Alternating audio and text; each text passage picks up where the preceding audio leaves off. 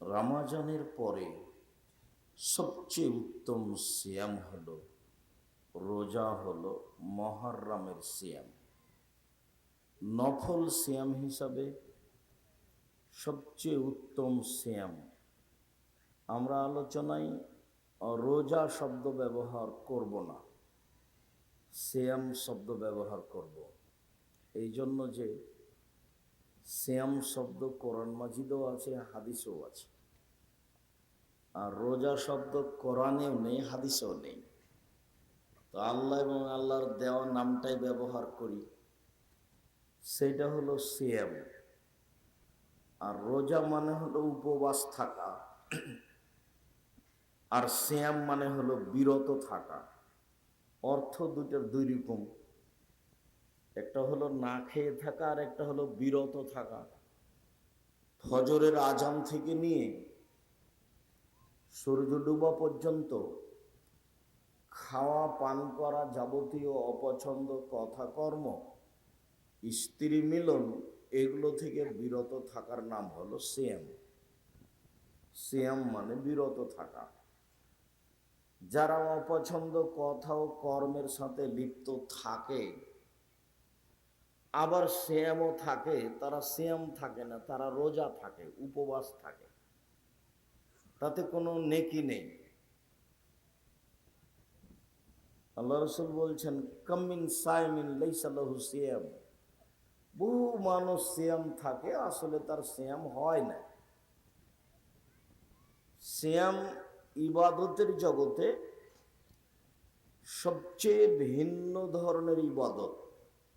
কোনো ইবাদতের সাথে সিয়ামের মিল নেই। সিয়াম একটা ইবাদত। ইবাদতের জগতে সবচেয়ে ভিন্ন ধরনের ইবাদত হলো সিয়াম, যার সমপর্যায়ের ইবাদত পৃথিবীতে নেই। উমামা বাহিলী রাদিয়াল্লাহু তাআলা আনহু বলেন, আমি একদা আল্লাহর নবীকে বললাম, মুরনি বিআমালিন, আল্লাহর নবী আমাকে একটা আমলের কথা বলেন তো, যেটা করলে আমি জান্নাতে চলে যাব। তো আল্লাহ রাসূল বললেন, আলাইকা বিসসাম ফাইনাহুল্লাহ মিসলালাহু ফাইনাহুল্লাহ ঈদলাহু।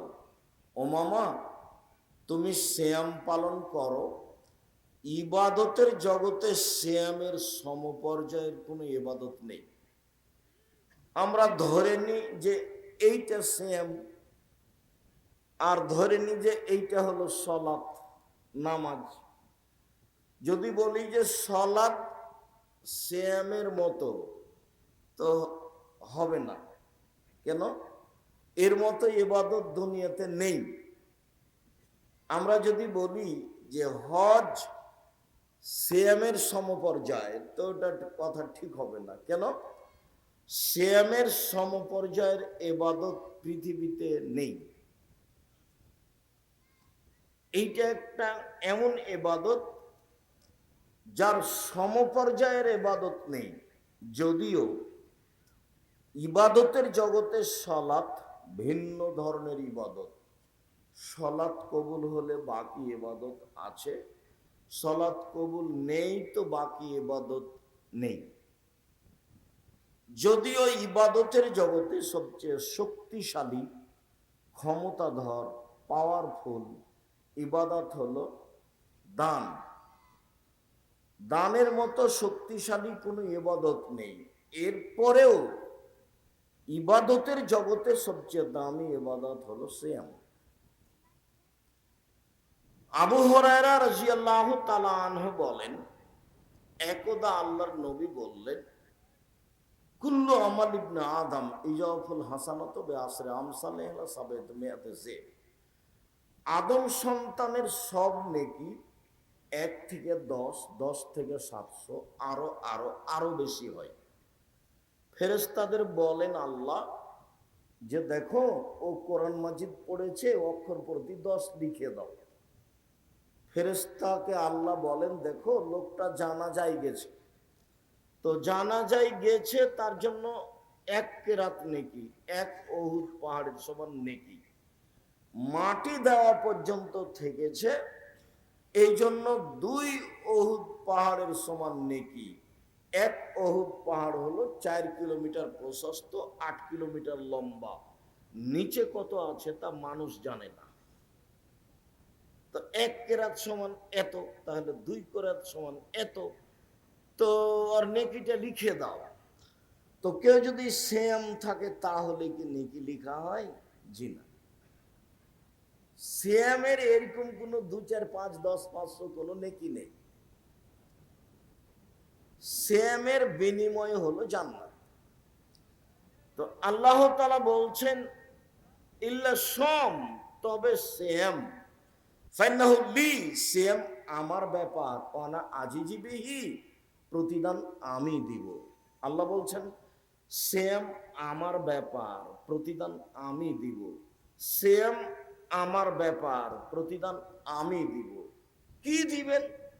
তাহলে সেখানে তো 2, 4, 5, 10 নাকি লিখবেন না। লিখার বিষয় থাকলে বলতেন, এই শোনা ফেরেশতা, ওর জন্য 20 নাকি লিখো, ও ফকিরকে দান করেছে। তো এখানে লিখালিখি নেই। বললেন যে সেম আমার ব্যাপার, প্রতিদান আমি দিব।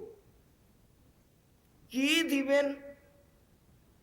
তো এক হাদিসে এসেছে একদিন সেম থাকলে জাহান্নাম 70 বছরের পর তার থেকে দূরে সরে যাবে। আর এক হাদিসে এসেছে 100 বছরের পর দূরে সরে যাবে। আর এক হাদিসে এসেছে 500 বছরের পর দূরে সরে যাবে। তো ফলাফলে নেকি হলো না জাহান্নাম সরে গেল?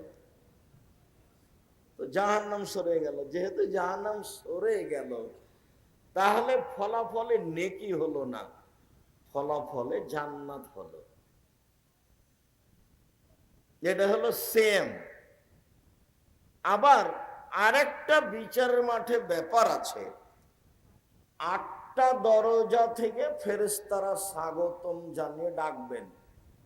যারা হজ করেছেন এই দরজা দিয়ে আসে, যারা দান করেছেন এই দরজা দিয়ে আসে, যারা সেম রোজা থেকেছেন এই দরজা দিয়ে আসে। তো সব দরজা থেকে ফেরেশতারা স্বাগতম জানিয়ে ডাকবেন। তো আবু বকর সিদ্দিক বললেন, আল্লাহর নবী, এমন কি কেউ হবে যাকে সব দরজা থেকে ডাকা হবে? আল্লাহ রাসূল বললেন, হ্যাঁ, তুমি তার মধ্যে, যাকে সব দরজা থেকে ডাকা হবে।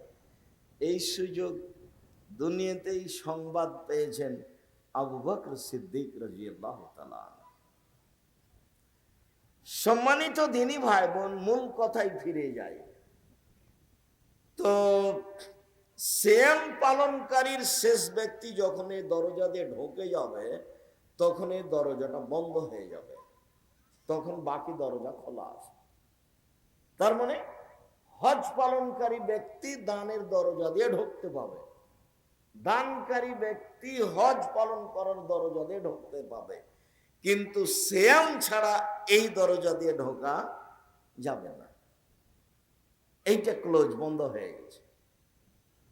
এইটা শুধু সিয়ামের জন্য পার্সোনাল মর্যাদা, তার নাম সিয়াম, যেটা রমজান মাসে ছিলাম। নফলও আছে, কয়েকটা নফল সিয়ামের কথা বলি। নফল সিয়ামের সবচেয়ে উত্তম সিয়াম হলো মুহররমের সিয়াম। মুহররমের সিয়াম, হাফসা রাদিয়াল্লাহু তাআলা আনহা বলেন, আরবাউন লাম ইয়াকুন ইয়াদাহুন্না রাসূলুল্লাহ সাল্লাল্লাহু আলাইহি ওয়াসাল্লাম। 4টা ইবাদত আল্লাহর নবী কখনো ছাড়তেন না, নিয়মিত করতেন। 4টা ইবাদত আল্লাহর নবী নিয়মিত করতেন, কখনো ছাড়তেন না। এক, সময়ামে আশুরা, মুহররমের 10 তারিখের সিয়াম। 2, আল আশরা, যুলহিজ্জার 1 থেকে 9 দিন পর্যন্ত সিয়াম। 3, সালাসা আইয়ামিন মিন কুল্লি শাহরিন, প্রত্যেক মাসে 3 দিন সিয়াম। 4, রাকাতাইল ফজর, ফজরের 2 রাকাত সুন্নাত। মনে থাকবে না মনে হয়। তো 1 নম্বরে ফিরে যাই। 1 নম্বর কি? মুহররমের সিয়াম। 2 নম্বর যুলহিজ্জার 1 থেকে 9 পর্যন্ত সিয়াম। 3 নম্বর মাসের 3টি সিয়াম। 4 নম্বর ফজরের 2 রাকাত সুন্নাত, বাড়িতেও সফরে সব জায়গায়। আবু হুরায়রা রাদিয়াল্লাহু তাআলা আনহু বলেন, কাদিমান নবী সাল্লাল্লাহু আলাইহি ওয়াসাল্লাম আল মদিনা ফাওয়াজাদাল ইয়াহুদিয়্যা। আল্লাহর নবী মক্কা থেকে মদিনায় আসলেন, দেখলেন ইহুদিরা মুহররমের 10 তারিখে সিয়াম থাকে। তিনি বললেন, মা হাযাল ইয়াউম আল্লাযী তাসুমুনাহু ফিহি। আচ্ছা মদিনাবাসী, মদিনার ইহুদিরা, তোমরা মুহররমের 10 তারিখে সিয়াম থাকো কেন? এটা আমাকে একটু বলবা? তোমরা মুহররমের 10 তারিখে সিয়াম থাকছো কেন? এইটা আমাদের নবী জিজ্ঞাসা করলেন মদিনার ইহুদিদেরকে। তো মদিনার ইহুদিরা বলল, আরে কি কথা, কিন্তু মুহররমের 10 তারিখ তো অনেক বড় দিন, হাজা ইয়াউমুন আযীম। মুহররমের 10 তারিখ তো অনেক বড় দিন। আনজাল্লাহু তাআলা ফীহি মূসা ওয়া কওমাহু। আল্লাহ এই দিনে মূসা এবং তার সম্প্রদায়কে বাঁচিয়ে দিয়েছেন। ওয়া গাররাকা ফিরআউন ওয়া কওমাহু। এই দিনে আল্লাহ ফেরাউন এবং তার সম্প্রদায়কে ডুবিয়ে দিয়েছেন। ফাসামা মূসা শুকরান। এই কারণে মূসা শুকরিয়া আদায় করতে গিয়ে সিয়াম থেকে ছিলেন। আল্লাহ তুমি এত বড় কাজ এইভাবে করলে, ফেরাউনকে তুমি এইভাবে ডুবিয়ে দিলে, নিঃস্ব হয়ে ফেরাউন ডুবে গেল সাগরে, আর আমি এইভাবে বেঁচে গেলাম। আমি তোমার কি দিয়ে শুকরিয়া আদায় করতে পারি? যাক, এই দিন আমি সিয়াম থাকি, এই দিয়ে তোমার শুকরিয়া আদায় করলাম, এই জন্য সিয়াম থাকি। তখন আল্লাহ রাসূল বলছেন, নাহানু আহাক্কু আওলা বিমূসা মিনকুম। মূসার সুন্নাত শুকরিয়া আদায়ে তোমরা যেটা পালন করো, আমরা তার চেয়ে বেশি হক রাখি। আরে শুকরিয়া আদায়টা তোমাদের চেয়ে আমরা কি করি? বেশি হক রাখি। ফাসামা ইয়াউমা আশুরা ওয়া আমারা বিসিয়ামিহি। আল্লাহর নবী মুহররমের 10 তারিখে সিয়াম থাকলেন, জনগণকে আদেশ করে দিলেন। জনগণ বলল, আমরা মুহররমের 10 তারিখে সিয়াম থাকবো। মানো, আমরা কেন মুহররমের 10 তারিখে সিয়াম থাকবো? মুহররমের 10 তারিখ হলো ইহুদি খ্রিস্টানদের বড় দিন। আপনি দিন রাত বলেন তাদের বিরোধিতা করতে হবে। যদি মুহররমের 10 তারিখে সিয়াম থাকি, তাহলে তোদের অনুকূলে থাকা হলো, প্রতিকূলে কোথায় থাকা হলো? মুহররমের 10 তারিখে সিয়াম থাকবো না। কেন থাকবো? ও তো ওদের মতো হয়ে গেল, আপনি তো বিরোধিতা করতে বলেন।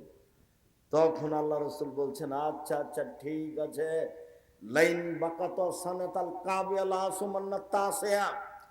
আমি যদি সামনে বছর বেঁচে থাকি, মুহররমের 9 তারিখও সিয়াম থাকবো। 9 হবে বিরোধিতা, 10 হবে শুকরিয়া। আমি যদি সামনে বছর বেঁচে থাকি, তাহলে 9 তারিখও সিয়াম থাকবো। 9 হবে বিরোধিতা আর 10 হবে শুকরিয়া। এই জন্য মুহররমের 2 দিন সিয়াম। নফল সিয়ামের জগতে সবচেয়ে উত্তম নফল সিয়াম হলো মুহররমের 2 দিন সিয়াম, নফল সিয়াম। আবু হুরায়রা রাদিয়াল্লাহু তাআলা আনহু বলেন, আল্লাহর নবী বলেছেন, সিয়ামে আরাফা আহতাসিবু আলাল্লাহি আন ইউকাফিরা সানাতাল্লাতী ক্বাবলাহু সানাতাল্লাতী বাদাহু। কেউ যদি আরাফার একদিন সিয়াম থাকে, তাহলে সামনে ও পিছনে 2 বছরের পাপ ক্ষমা হবে। মুহররমের 2 দিনে বিগত 1 বছরের পাপ ক্ষমা হবে, আর আরাফার একদিনে পিছনে এবং সামনে 1 বছর 2 বছরের পাপ ক্ষমা হবে। তার মানে আরাফার সিয়াম আরো দামি, ও হলো 2 বছর। সামনে যা করবে, কি করবে আল্লাহ ভালো জানে, সবই মাপ। এর নাম হলো আরাফা। এইখানে একটা কথা বলে রাখি, আল্লাহর নবী বলেছেন জুলহিজ্জার প্রথম 10 দিনের ইবাদত আল্লাহর কাছে সবচেয়ে উত্তম, রমজানের শেষ দশকের চেয়ে উত্তম। বিদ্বানগণ বললেন কিভাবে? মহর জুলহিজ্জার প্রথম 10 দিনের ইবাদত রমজানের শেষ দশকের চেয়ে উত্তম হতে পারে কিভাবে? রমজান মাসের শেষ দশকে একটাই জিনিস আছে, সেইটা কি? সেটা হলো লাইলাতুল কদর। আর জুলহিজ্জার প্রথম দশকে 3টে জিনিস আছে, এই জন্য বেশি দামি। 1 হজ, 2 আরাফা, 3 কুরবানি। কুরবানি কিন্তু অনেক দামি ইবাদত, খুব দামি ইবাদত। কুরবানি দিবেন 4টা 5টা 10টা 15টা 20টা, সারা গেরাম খাবে। কে যে বুদ্ধি দিল যে 7 ভাগে করো, আর এমন ভাবে বলছে, কে বলছে চলবে না 7 ভাগে, মানে ফাটিয়ে দিচ্ছে একবার, এমন ফাটিয়ে দিচ্ছে হুজুরের একবারে চিৎকারে টিকা যায় না। হুজুরি একবারও বলে না যে 7 ভাগে চলবে, তবে একাই দেওয়া ভালো, এইভাবে বলে না, এতই গরম। জি, আমি আব্দুর রাজ্জাক বিন ইউসুফ জাতির কল্যাণ চাই। জীবনে কোনোদিন আমাকে ভাগে কুরবানি দেওয়ার কথা বলা লাগেনি, ভবিষ্যতেও লাগবে না ইনশাআল্লাহ। ধর্মের ব্যাপারে জাতিকে ফাঁকি দিতে আসেনি জাতির কাছে। জাতির যদি রাস্তাঘাট করে দিতে না পারি, জাতির যদি স্কুল কলেজ করে দিতে না পারি, জাতিকে চূড়ান্ত সঠিক ধর্ম দিতে পারবো ইনশাআল্লাহ। ধর্মের ব্যাপারে জাতিকে ফাঁকি দিয়ে পরকাল হারাতে রাজি নয়। কুরবানি একটা পরিবারে একটাই দেন, গরু দেন, না পারলে খাসি দেন, না পারলে ছাগি দেন, চাঁপাই নওয়াজের ভাষাতে দাঁড় দেন, দাঁড় ছাগল। যদি না পারেন তো ভেড়া ভেড়ি দেন কম টাকায়, আর পারলে 8-10টা গরু দেন। নেকি, বিশাল নেকির ব্যাপার। জুলহিজ্জার প্রথম দশকে 1 হজ, 2 আরাফা, 3 কুরবানি। বলছিলাম আল্লাহর নবী বললেন যে কেউ যদি রমজানের সিয়াম থাকে আর প্রতি মাসে 3টে থাকে, তাহলে সারা বছর সিয়াম পালনের নেকি পাবে। কি পাবে? সারা বছর সিয়াম পালনের নেকির পদ্ধতি 2টা। এই ছেলে, কারো গায়ে হাত দিয়ে বসে থাকবে না, একদিকে খেয়াল করে থাকো। সারা বছর সিয়াম পালনের পদ্ধতি 2টা। 1 প্রতি মাসে 3টে, 13, 14, 15। 13, 14, 15 কোন মহিলার হায়েজের কারণে যদি 15, 20, 18 চলে যায় কোনো সমস্যা নেই। 13, 14, 15 3 দিনই হতে হবে এ কথা নয়, আগে পিছে হলে আসে যায় না। আর রমজান এ হলো সারা বছর নেকি। আরেকটা হলো এই, আল্লাহর নবী বলেছেন, আবু আইয়ুব আনসারী রাদিয়াল্লাহু তাআলা আনহু বলেন, মান সামা রমাজানা ওয়া আতবাহু সিত্তান মিন শাওয়াল কানা কাসিয়ামি দাহরে।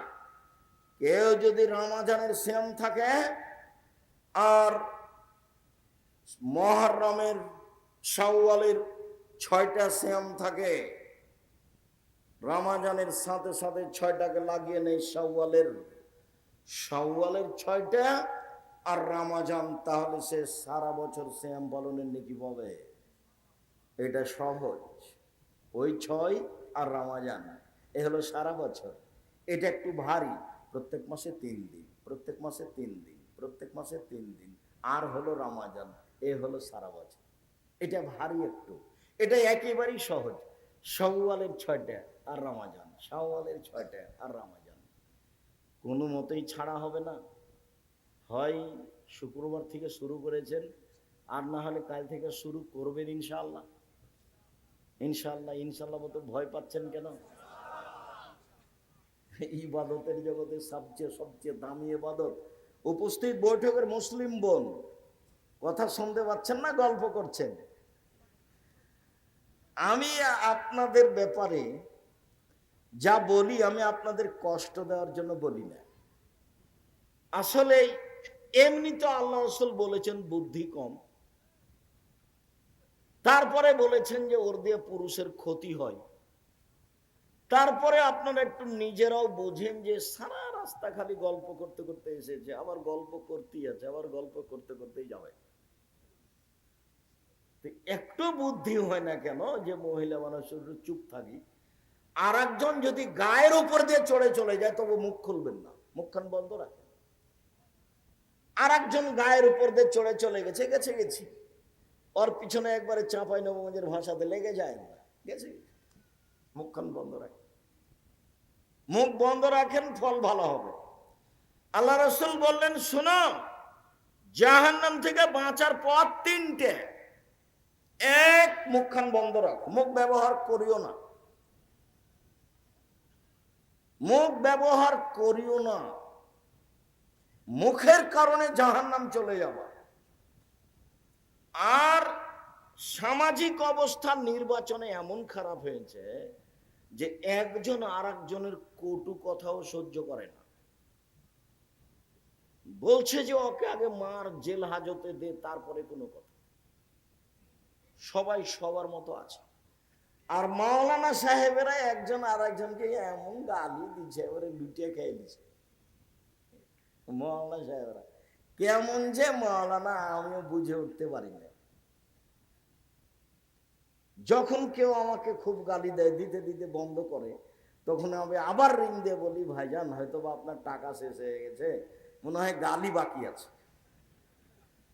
তা আপনি সাত মিটিয়ে গালি দিয়ে দেন। আমার জীবনে কোনোদিন কারো প্রতিবাদ করা আমার প্রয়োজন হয়নি, আলহামদুলিল্লাহ। এমন ফিল্ডে আল্লাহ আমাকে রেখেছে, পিছন দিকে তাকানো আমার প্রয়োজন হয় না, আলহামদুলিল্লাহ।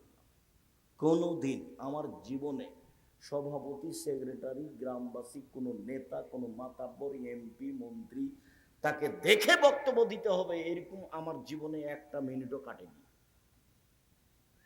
আমার একটা ভিতরে কাজ করে, ওকে আমি উঠাইতে পারি আর বসাতে পারি, আলহামদুলিল্লাহ। আমি মানুষের পয়সায় পড়াশোনা করিনি। আমার বাপ হলো ছোট্ট কৃষক মানুষ। আমার বাপ আমার কাছে টাকা পাঠিয়ে দেন, সরিষা বিক্রি এত টাকা, কালাই বিক্রি এত টাকা, ধান বিক্রি এত টাকা, রাই বিক্রি এত টাকা, 1000 টাকা পাঠালাম। তো 7-8 দিন যাবত আমার ঘুম হতো না, আমার এইটা নিয়ে চিন্তা হতো। আমার আব্বা 1000 টাকা পাঠাতে অনেক কষ্ট পেয়েছে। ছাত্র জীবন শেষ হওয়ার পরে শিক্ষক জীবনে কোনোদিন আমাকে মানুষকে পয়সার কথা বলা লাগেনি, বেতন আমার বেশি করে দেন এই কথা বলা লাগেনি। আমিও মানুষের অধীনে শিক্ষক থেকেছি অনেকদিন। 18 আর 8 কত হচ্ছে? 26 বছর। 26 বছরে আমি কাউকে কোনোদিন বলিনি আমার বেতন বাড়িয়ে দিতে বা আমার বেতন লাগবে, বেতন আমার লাগবে, এই কথাটা আমার বলার পরিবেশ আসেনি। আল্লাহ আমাকে এমন ভালো রেখেছে। আরে এখন তো দায়িত্ব পালন করি। জামিয়া সালাফে প্রতি মাসে বেতন লাগে 32 লক্ষ, রামাজান মাসে লাগে 48 লক্ষ, আর কুরবানির মাসে লাগে 48 লক্ষ। জামিয়া সালাফে ছাত্র ছাত্রী প্রায় 5000, দুই একটা নয়। জামিয়া সালাফে শিক্ষক শিক্ষিকা 300 জন। তার ইন্ডিয়ান শিক্ষক আছেন, মদিনা বিশ্ববিদ্যালয় থেকে শিক্ষক আছেন, একবারে ডাইরেক্ট সরাসরি মদিনা বিশ্ববিদ্যালয়ের প্রফেসর। এখন আপনাদের জামিয়া সালাফে ডাঙ্গিপাড়ায় আছে। রমজানের কিছুদিন পরে আরো 4-5 জন আসবেন শিক্ষকতা করার জন্য, ইনশাআল্লাহ। সম্মানিত দিনী ভাই বোন, জাতির কাছে এরকম কোনো প্রতিষ্ঠান, আল্লাহর কাছে এরকম কোনো প্রতিষ্ঠান দাবি করিনি যে কারো কাছে মুখাপেক্ষী থাকতে হবে। এইটা চাচ্ছি, তোমার তো রহমতের অভাব নেই, সারা দুনিয়ার মানুষ এখানে আসবে, এটা করে দাও। এটা তুমি পারো না? তুমি তো পারো, ও পারে না করতে? ও আলা করলে শাইন কাদির, সবকিছু করতে পারে। আমার মতো নিঃস্ব মানুষের অবস্থা যদি এরকম করতে পারে তা তো সবই পারে, আরো সব কিছুই পারে। ও আলা করলে শাইন কাদের, তিনি সর্বশক্তিমান। সম্মানিত দিনী ভাই বোন, বলছিলাম আপনি একজন মহিলা মানুষ, মুখখান বন্ধ রাখেন। আপনার সাথে জরুরি একটা কথা আছে, সেইটা আমি বলে নিয়ে একটু আগাই। তো তার আগে আপনাকেও বলি, আপনি কাল থেকে শাওয়ালের সিয়াম শুরু করবেন। আর ওই কথা ঠিক নয়, কে নাকি বলেছে, মহিলা বৈঠকে বলেছে, বুবু তোমার হাইজের কারণে যে রোজা ছুটে গেছে বুবু, সেগুলো তুমি আগে করিও, তারপরে সওয়াল করিও। কেন? সওয়াল হলো নফল, আর ছুটে গেছে ওগুলো ফরজ। তো ছুটে গেছে এগুলো ফরজ, তো ওইটা তো আল্লাহ আল্লাহ রাসূল অনুমতি দিয়েছেন, জীবনে কোনোদিন করলেও হবে। 11 মাস পর নেন, 20 মাস পর নেন, 2 বছর পর যদি না করতে পারে আল্লাহ মাফ করে দিবে। তো সওয়ালে সেটা ঢুকলো কেন? সওয়ালেরটা আগে করতে হবে, তারপর হাইজের কারণে যেটা ছুটে গেছে সেটা পরে করবে। এটা 6টা আগে হয়ে যাক তারপরে।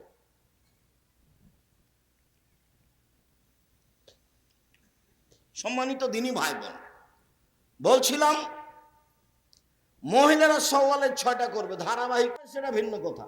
ছেড়ে ছেড়ে করতে হবে, একটা নিয়ম বানিয়েছে, এটা নগদ মিথ্যা, এবারে ডাহা মিথ্যা। ধারাবাহিক করবে এটাই ভালো, না পারলে করলে একরকম করে, কিন্তু ছেড়ে ছেড়ে করতে হবে এ কথাও মিথ্যে। আগে হাইজেরটা করতে হবে তারপরে সওয়াল করতে হবে, এই কথাও মিথ্যে। অতএব আপনি মুসলিম বোন, আপনার কাছে এই মুহূর্তে আছি, আপনিও আগামীকাল থেকে বা 2 দিন 1 দিন পর থেকে সওয়াল শুরু করেন। ইবাদতের জগতে সবচেয়ে দামি ইবাদত সিয়াম, নফল সিয়াম পালনে অভ্যাসী হন। বৃহস্পতিবার সোমবার সিয়াম থাকেন, মানুষের রিপোর্ট সাপ্তাহিক আল্লাহর কাছে এই 2 দিনে পেশ করা হয়। শাবান মাসে বেশি বেশি সিয়াম থাকেন, বাৎসরিক রিপোর্ট শাবান মাসে পেশ করা হয়। বাৎসরিক পাপ নেকি কোন দিন পেশ করা হয়? কখন? শাবান মাসে। আর সাপ্তাহিক পাপ নেকি কোন কোন দিনে পেশ করা হয়? বৃহস্পতিবার আর সোমবার। আল্লাহ নবী বলছেন, তুরাজুল আমালু ইয়ামাল ইসনাল খামিস ওয়া না উহিব্বু ইরফা আমালি ওয়া না সায়েম। বৃহস্পতিবার সোমবার মানুষের পাপ নাকি আল্লাহর কাছে পেশ করা হয়। আমার মন চায়, দেখো তুমি আমার রিপোর্টটা দেখো, এই যে দেখো আমি বৃহস্পতিবার সোমবার সিয়াম আছি, আমার রিপোর্টটা তুমি সিয়াম অবস্থায় দেখো। আমি তোমাকে আমার রিপোর্ট কি অবস্থায় দেখাতে চাচ্ছি?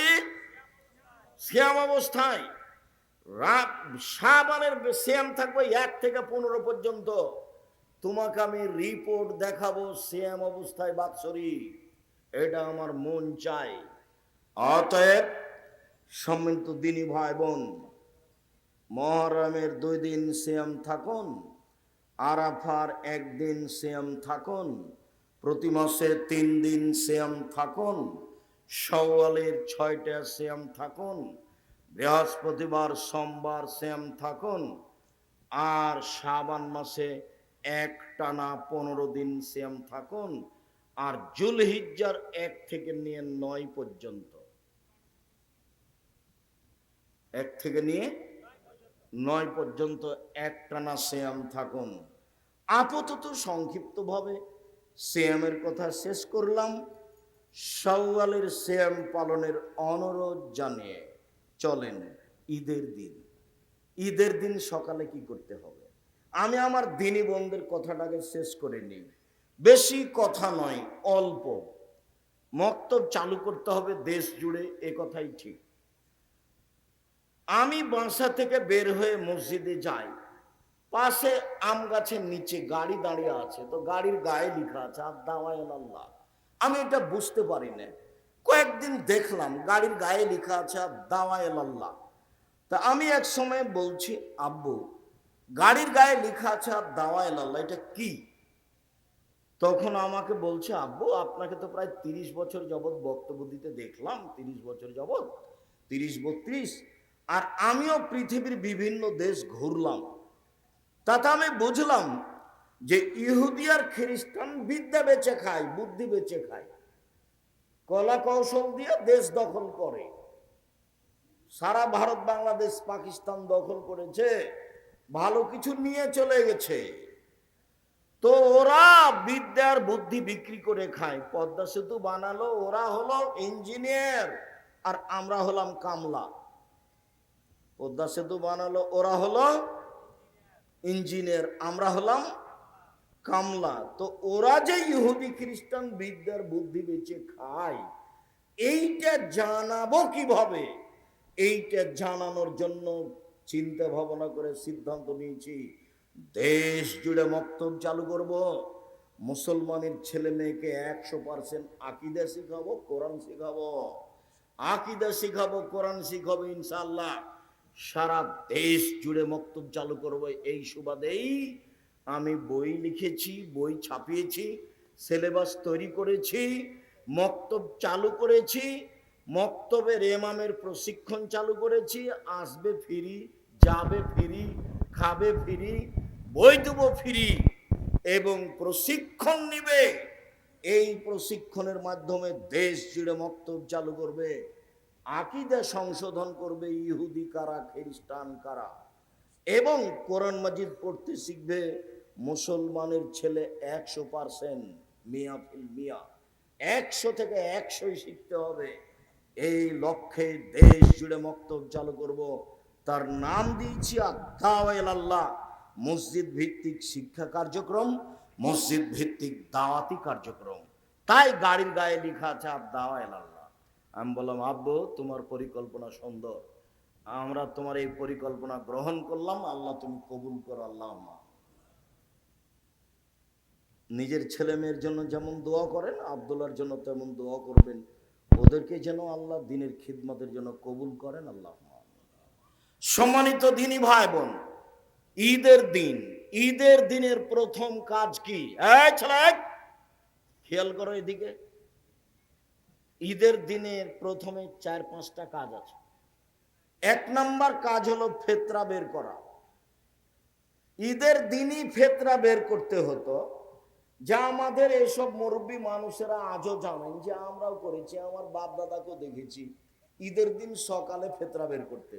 ওইটা কিভাবে 15 চলে গেল, 15 রামাজান চলে গেল, 27 রামাজান আরো আগে চলে আসলো, আরো আগে হবে না, নিতান্তই 29 রামাজান বা 30 রামাজান, অন্যথায় ফজর সালাতের পরে ফেতরা বের করতে হবে। আব্দুল্লাহ ইবনে উমর বলেন, ঈদের দিনের প্রথম কাজ, আব্দুল্লাহ ইবনে উমর বলেন, ফারাজা রাসূলুল্লাহ সাল্লাল্লাহু আলাইহি সাল্লাম যাকাতাল ফিতরে সান মিন তামারিন ও সান মিন সাইরিন। আল্লাহর নবী ফিতরার যাকাত ফরজ করেছেন 1 সা খেজুর, 1 সা গম, আলাল আব্দুল হুররে, স্বাধীন পুরুষ নারীর উপর, ফকির মিসকিন সবার উপর, ভিক্ষুক ভিক্ষিকা সবার উপরে, আর স্বাধীন পুরুষ নারীর উপর, দাস দাসের উপর, ছোট বড় সবার উপরে। ঈদের মাঠে যাওয়ার পূর্বে যার জন্ম হয়েছে তারও ফিতরা দিতে হবে। যদি ধরে নেওয়া হয় ফজরের আজানের আগে যার জন্ম হয়েছে তারও ফিতরা দিতে হবে, ঠিক আছে। যদি ধরে নেওয়া হয় যে সূর্য ডুবা পর্যন্ত, রামাজান শেষ হওয়ার সূর্য ডুবা পর্যন্ত সন্তান জন্ম নিয়েছে, তার ফিতরা দিতে হবে, তো ঠিক আছে। আমরা মনে করি ফজরের আজান পর্যন্ত কোনো ছেলে মেয়ে রাতে জন্ম নিলে তার ফিতরা দিতে হবে, সবাইকেই ফিতরা দিতে হবে। ছোট বড়, শিশু, পুরুষ নারী, দাস দাসী, কাজের মেয়ে, ফকির মিসকিন সবাইকেই ফিতরা দিতে হবে, দিতেই হবে। চাঁপায় নবগঞ্জের ভাষা তো ওকে দিতে হবে, হবে ওর বাপকে দিতে হবে, ফিতরা দিতেই হবে। ফকির হলে ফিরিয়ে দেওয়ার সময় তার চেয়ে বেশি দিয়ে দেওয়া হোক। ও আমারা বেহান তুয়াদ্দা কাবলাল খরুজ ইলা সালাহ, কাবলা খরুজিন নাস ইলাল মুসাল্লা। ফেতরা বের করতে হবে ঈদের মাঠে যাওয়ার পূর্বে। এই যে বুখারী মুসলিমের হাদিস, ফেতরা বের করতে হবে কখন? ঈদের মাঠে যাওয়ার পূর্বে। আগে যে নিয়ম ছিল সেটাই ঠিক ছিল। আবু সাঈদ খুদরী রাদিয়াল্লাহু তাআলা আনহু বলেন, কুন্না নুখরিজু যাকাতাল ফিতরে, আমরা যাকাতুল ফিতর ফিতরা বের করতাম। সন মিন তামিন, একসা খাদ্য, সন মিন সাইরিন, একসা জব, সন মিন তামারিন, একসা খেজুর, সন মিন তাকিতিন, একসা পনির, সন মিন জাবিবিন, একসা কিশমিশ। প্রথম শব্দ আছে খাদ্য, তার মানে পৃথিবীতে যারা যেখানে যা খায় সেটারই ফিতরা দিবে, খাদ্য শস্য। কেউ যদি মনে করে আটা দিব তো দেখ, তবে ধান দেওয়া ভালো নয়, ধান সরাসরি খাদ্য নয়। আগে কিছু আমাদের গ্রামেও ধান ফিতরা দিত, চাউল গম দেওয়াই তুলনামূলক ভালো। সম্মানিত দিনী ভাই বোন, আবু সাঈদ খুদরী বলেন, কাদেবা মুআবিয়া হাজ্জানা মুতামিরান ফাকাল্লামান নাস আলাল মিম্বারে, আমরা একসা করে ফিতরা দিয়ে আসছিলাম। হঠাৎ করে মুআবিয়া রাদিয়াল্লাহু তাআলা আনহু সিরিয়া থেকে আসলেন, তিনি মিম্বারে উঠে জনগণের সামনে বক্তব্য দিলেন। ফাকাল্লামা ফিমা কালামান মান নাস, সেদিন তিনি মানুষের সামনে যা বলেছিলেন, মানুষের সামনে সেদিন বক্তব্যে তিনি বলেছেন, ইন্নী আরা, আমি মুআবিয়া মনে করি, আন্না শাইন মিন সামারাই শাম তাদেলো শান মিন তামারিন, সিরিয়ার অর্ধশা গম মদিনার একশা খেজুরের সমান। জাতির উদ্দেশ্যে মুআবিয়া ভাষণ দিলেন। মুআবিয়া রাদিয়াল্লাহু তাআলা আনহু জাতির সামনে বললেন, জনগণ, আমি মনে করি সিরিয়ার অর্ধশা গম মদিনার একশা খেজুরের সমান। সিরিয়ার অর্ধশা গম মদিনার একশা খেজুরের সমান। এই কথা জনগণ গ্রহণ করলো। জনগণ অর্ধশা ফিতরা দিতে লাগলো। এই অর্ধশা গ্রহণ করলো ইরাকের মানুষ। ইরাকের মানুষ একশা সমান ধরলো 3.5 কেজি। আজও ইরাক থেকে একটা পরিমাপ পাত্র কিনে নিয়ে এসে চাউল মাপলে, গম মাপলে 3.5 কেজি, 3.25 কেজি ধরবে, এরকমই ঠিক। মদিনা থেকে একটা কিনে নিয়ে আসলে তাতে 2.5 কেজি ধরবে, বা 2 কেজি 400 গ্রাম ধরবে, বা একটু বেশিও ধরতে পারে, এ কথাই ঠিক। মদিনার অনুযায়ী 2.5 কেজি বা 2 কেজি 400 গ্রাম বা তার চেয়ে কিছু বেশি হতে পারে।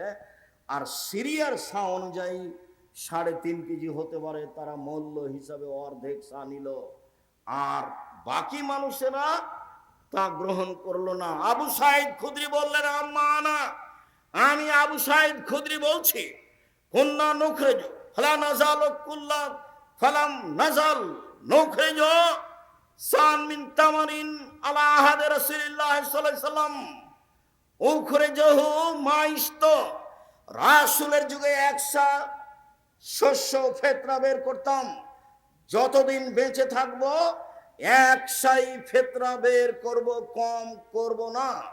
কারা রাজুলুন মিনাল কম, জনগণের একজন বলল, আবু সাঈদ খুদরী, আওয়া কামহানে মুদ্দাইনে মিন কামহিন, অর্ধশা গম দিলে হবে না? তখন আবু সাঈদ খুদরী বললেন, অর্ধশা গম দিলে কেন হবে? তিলকা কিমাত মুআবিয়া, এটা হলো মুআবিয়ার মূল্য হিসাব, এইটা হলো মুআবিয়ার মূল্য হিসাব। লাক বালোহা ওয়ালা আমালোহা, মুআবিয়ার মূল্য হিসাব আমি কখনো গ্রহণ করব না, কখনো তা মানব না। মুআবিয়ার মূল্য হিসাব কখনো গ্রহণ করব না, কখনো তা মানব না। এই কথা আবু সাঈদ খুদরী রাদিয়াল্লাহু তাআলা আনহু বললেন। আমি বলছি, সম্মানিত দিনী ভাই বোন, একশা ফিতরা বের করতে হবে, এ কথাই ঠিক, মূল্য নয়। সারা দুনিয়ার মানুষ যদি মূল্য বের করে তবে তা ফিতরা হবে না, শস্য দিয়েই ফিতরা বের করতে হবে, এ কথাই ঠিক। যখন করোনা ধরেছিল তখন আমি বলেছিলাম কাবা ঘর কেন, সারা পৃথিবীর মানুষ যদি 3 ফুট পর পর সলাতে দাঁড়াই তবু তা বৈধ হবে না। আর যদি কোনোদিন কিয়ামত পর্যন্ত কাবা ঘরে পায়ে পা মিলিয়ে না দাঁড়ায় তবুও তা বৈধ নয়। সেদিন বক্তব্যে বলেছিলাম 3 ফুট পর পর দাঁড়ানো বৈধ করতে হলে মোহাম্মদ সাল্লাল্লাহু আলাইহি সাল্লামকে আবার পৃথিবীতে আসতে হবে। যেহেতু মোহাম্মদ সাল্লাল্লাহু আলাইহি সাল্লাম আর কোনোদিন পৃথিবীতে আসবেন না, কাজে 3 ফুট পর পর দাঁড়ানো বৈধ হবে না। মাস্ক পরে করোনা আমি ঠেকাতে চাইনি। আমি বিশ্বাস করি ভাগ্যকে। আল্লাহর নবী বলছেন মানুষ সৃষ্টির 50,000 বছর পূর্বে কাতাবা হায়াতাহা ও মাউতাহা ও রিজকাহা ও মাসায়েবাহা, তার পৃথিবী সৃষ্টির 50,000 পূর্বে মানুষের জীবন, মানুষের মরণ, মানুষের রুজি, মানুষের রোগ ব্যাধি, করোনা সেদিন লেখা হয়ে গেছে।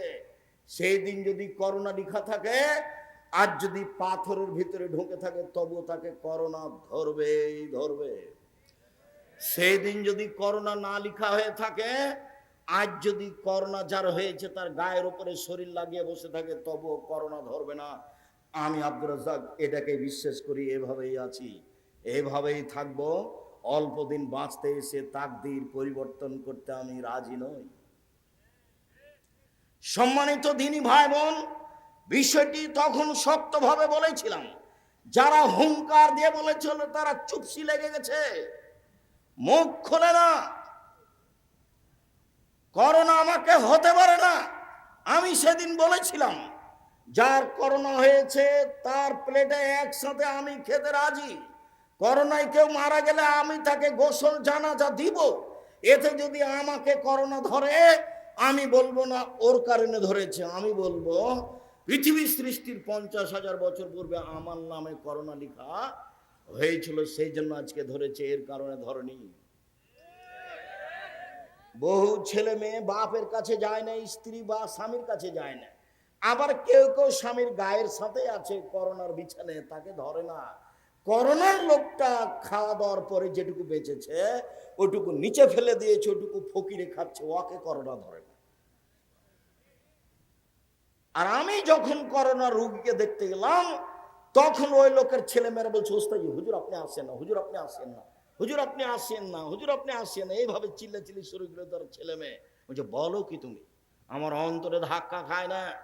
তোমার বাপের গায়ে হাত দিয়ে আমি ঘন্টা যাবত বসে থাকবো, আমার অন্তরে ধাক্কা খেলে আমার ঈমান দুর্বল, এই কথাই ঠিক। আমার অন্তরে ধাক্কা খাবে না, এই কথাই ঠিক। আমি বলবো না তোমার বাপের কারণে আমার করোনা হয়েছে, আমার করোনা আগেই লেখা ছিল, সেই জন্য হয়েছে।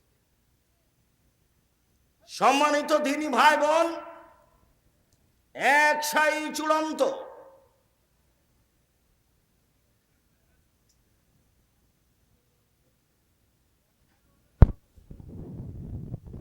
এক সায়ের ওজন 2.5 কেজি, আর না হলে 2 কেজি 400 গ্রাম বা 2.5 কেজির একটু বেশি। এইখানে কি বলা আছে? 2.5 কেজি বলেছো তোমরা? ঠিক আছে, 2.5 কেজি, 2.5 কেজি এইটাই ঠিক আছে।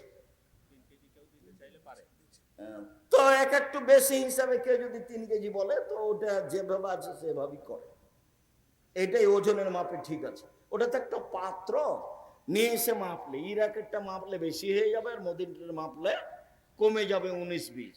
সম্মানিত দিনী ভাই বোন, আবার বলে রাখছি, ঈদের দিনের প্রথম কাজ হলো, ঈদের দিনের দ্বিতীয় কাজ গোসল করতে হবে। আলী রাদিয়াল্লাহু তাআলা আনহুকে জিজ্ঞাসা করা হয়েছিল, তিনি বলেছিলেন সুন্দর উত্তম গোসল করা জুমার দিন, উত্তম গোসল করা আরাফার দিন, উত্তম গোসল করা ঈদুল ফিতরের দিন, উত্তম গোসল করা ঈদুল আজহার দিন। দ্বিতীয় কাজ শেষ হলো। ঈদের দিনের তৃতীয় কাজ, ঈদের দিনের তৃতীয় কাজ, ঈদুল ফিতর হলে খেয়ে বের হতে হবে। বুরায়দা রাদিয়াল্লাহু তাআলা আনহু বলেন, আল্লাহর নবী ঈদুল ফিতরে আগে খেতেন, তারপরে ঈদের মাঠে যেতেন, আর ঈদুল আজহাতে এসে খেতেন। তাহলে ঈদুল ফিতরে খেয়ে যাওয়া সুন্নাত, আর ঈদুল আজহাতে এসে খাওয়া সুন্নাত।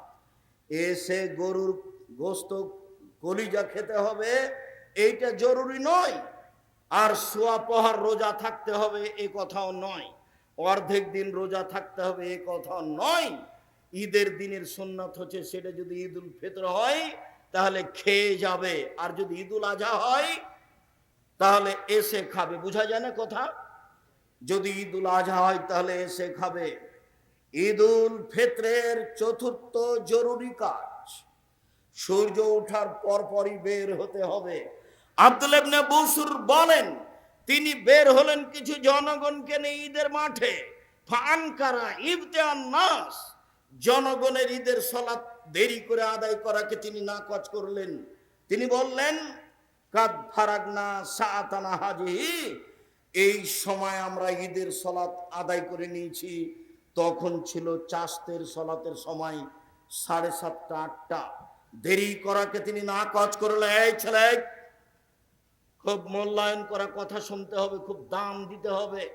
কে বলল ঢাকা ঈদগাহ মাঠে একবার সালাত হবে 9টার সময়, একবার সালাত হবে 10টার সময়, একবার সালাত হবে 11টার সময়? ধর্ম পাগল হয়ে গেছে। धर्म राजशाही चांपाइनगंज हवाई लड्डू दोनों हाथ में लड्डू है, जो चाहे उसको खा ले, जो चाहे उसको छोड़ दे। সূর্য ওঠার পরপরই ঈদের সালাত আদায় করতে হবে, এই কথাই ঠিক। ঈদের সালাত এবং ইস্তিসকার সালাতের সময় একই, সূর্য ওঠার পরপরে। খুব দেরি করলে না হয় 6:30, না হয় 7টা, এর চেয়ে দেরি করা যেতে পারে না সম্মানিত দিনী ভাই বোন। যার কারণে সেসব লোকেরা, আরবের লোকেরা ফজরের সালাতে যখন বের হয় তখন 3-4টা খেজুর পকেটে নেয়। ফজরের সালাত আদায় করার পরে 4-5টা খেজুর মুখে দিয়ে ঈদের মাঠে চলে যায়, বা মসজিদে হলে সেখানে সালাত আদায় করে চলে আসে। সম্মানিত দিনী ভাই বোন, এক ঈদগাহ মাঠে একাধিকবার সালাত হবে না, তার প্রমাণ এইটা। ঈদের মাঠকে বাসর ঘরের পরিণত করে সাজানো যাবে না, সাজানো নিষেধ, হারাম, এ কথাও ঠিক চলেন যায়।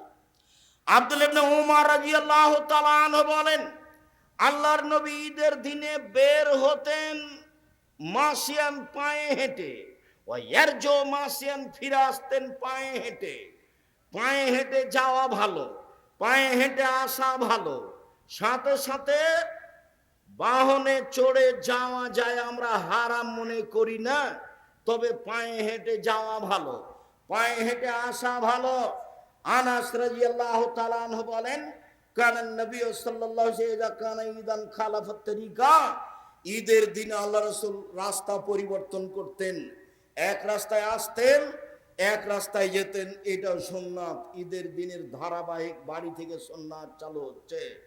এক রাস্তা দিয়ে যাওয়া, আর এক রাস্তা দিয়ে আসা, পায়ে হেঁটে যাওয়া, পায়ে হেঁটে আসা। এরপরে বলা হচ্ছে তুহমাল আনাজাতু বাইনা ইয়াদাই নবী সাল্লাল্লাহু আলাইহি ওয়াসাল্লাম ফালাম্মা বালাগাল মুসাল্লা, রাসূলের সামনে দিয়ে একটা ওই সূত্রা, যেটা সালাত শুরু করলে তার আগে খাড়ো করা হয়, সূত্রা নিয়ে যাওয়া হতো। ফায়জা বালগাল মুসাল্লা, ঈদের মাঠে চলে গেলে ফা নসবাত বাইনা ইয়াদাইহি, এই সূত্রটা গেড়ে দেওয়া হতো।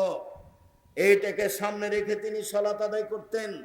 ওয়াযালিকা ইসাল্লি ফাদান লাইসা ফিহি শাইউন ইসতাতারা বিহি, এই জন্য যে ঈদের মাঠ ফাঁকা থাকতো, কোনো কিছু ঈদের মাঠে থাকতো না যেটা সামনে করে সালাত আদায় করা যাবে।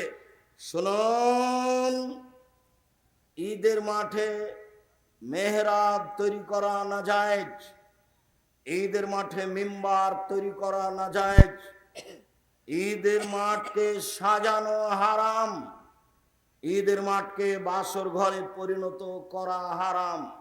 বাঁশ খাটা দিয়ে সাজানো জায়েজ নয়, একেবারেই ফাঁকা থাকবে। নিতান্ত দখলের উদ্দেশ্যে চতুর্দিক প্রাচীর দিয়ে ঘেরতে পারে, দখল হিসাবে, এছাড়া প্রাচীর দেওয়াও ভালো নয়। আল্লাহর নবী মসজিদে নববীর উপর দিয়ে হেঁটে এসে তিনি মাঠে ঈদের সালাত আদায় করতেন। আপনারা খুব ভালোভাবে জানেন, মসজিদ নববীতে 2 রাকাত সালাত আদায় করলে অন্য মসজিদে 2 রাকাত সালাত আদায় করলে তার চেয়ে 1000 গুণ বেশি নেকি হবে। এরপরেও পৃথিবীর সবচেয়ে দামি মানুষ দামি মসজিদের উপরে পা দিয়ে পায়ে পাড়া দিয়ে হেঁটে চলে গেলেন ফাঁকা জায়গায়। তার মানে ঈদের সালাত ফাঁকা জায়গায় আদায় করতে হবে। এরপরে বাড়ি থেকে বের হওয়ার সময়তে তাকবীর শুরু করতে হবে। ইবনে শিহাব জোহরি বলেন, কানান নাস ইউকাব্বিরুনা ফিল ঈদে হিনামা ইউখরিজুনা মিন মানাজিলিহিম। জনগণ তাকবীর শুরু করত যখন বাড়ি থেকে বের হতো, তখন তো ঈদুল ফিতরে। বাড়ি থেকে বের হওয়ার সময় বলতো আল্লাহু আকবার, আল্লাহু আকবার, লা ইলাহা ইল্লাল্লাহ, আল্লাহু আকবার, আল্লাহু আকবার, ওয়ালিল্লাহিল হামদ, আল্লাহু আকবার কাবীরা, আলহামদুলিল্লাহ কাসীরা, সুবহানাল্লাহি বুকরাতাও ওয়া আসীলা। এই দোয়া আমি কোনোদিন প্রমাণ করতে পারিনি। অতএব এমনি আল্লাহু আকবার বলতে পারেন, সুবহানাল্লাহ বলতে পারেন, লা ইলাহা ইল্লাল্লাহ বলতে পারেন, আর এটাই খাস তাকবীর। আল্লাহু আকবার, আল্লাহু আকবার, লা ইলাহা ইল্লাল্লাহ, আল্লাহু আকবার, আল্লাহু আকবার, ওয়ালিল্লাহিল হামদ। ইমাম সাহেব যখন বের হবে তখন তাকবীর বন্ধ হয়ে যাবে। নিতান্তই সেই দিন বলতে পারেন। তবে ঈদুল ফিতর যদি হয়, আব্দুল্লাহ ইবনে উমর ও আবু হুরায়রা রাদিয়াল্লাহু তাআলা ইয়াখরুজুনা ইলা সুক। ঈদুল আজহাতে আব্দুল্লাহ ইবনে উমর এবং আবু হুরায়রা রাদিয়াল্লাহু তাআলা বাজারের দিকে বের হতেন আর তাকবীর পাঠ করতেন প্রথম যুলহিজ্জা থেকে নিয়ে 13 তারিখ পর্যন্ত। যুলহিজ্জা মাসে 1 থেকে নিয়ে 13 দিন পর্যন্ত একটানা তাকবীর চলবে। আল্লাহু আকবার, আল্লাহু আকবার, লা ইলাহা ইল্লাল্লাহ, আল্লাহু আকবার, আল্লাহু আকবার, ওয়ালিল্লাহিল হামদ। ওইদিকে পুরুষ নারী হজ করতে গেছে, এহরাম বাঁধার পরে শুরু করেছে লাব্বাইক আল্লাহুম্মা লাব্বাইক, লাব্বাইক লা শারীকা লাক, লাব্বাইক ইন্নাল হামদা ওয়া নি'মাতা লাক ওয়াল মুলক লা শারীকা লাক। তোমার দরবারে উপস্থিত, আমি তোমার দরবারে উপস্থিত, প্রশংসা তোমার, অনুগ্রহ তোমার, রাজত্ব তোমার, প্রশংসা তোমার, অনুগ্রহ তোমার, রাজত্ব তোমার, কোনো শরীক নাই তোমার।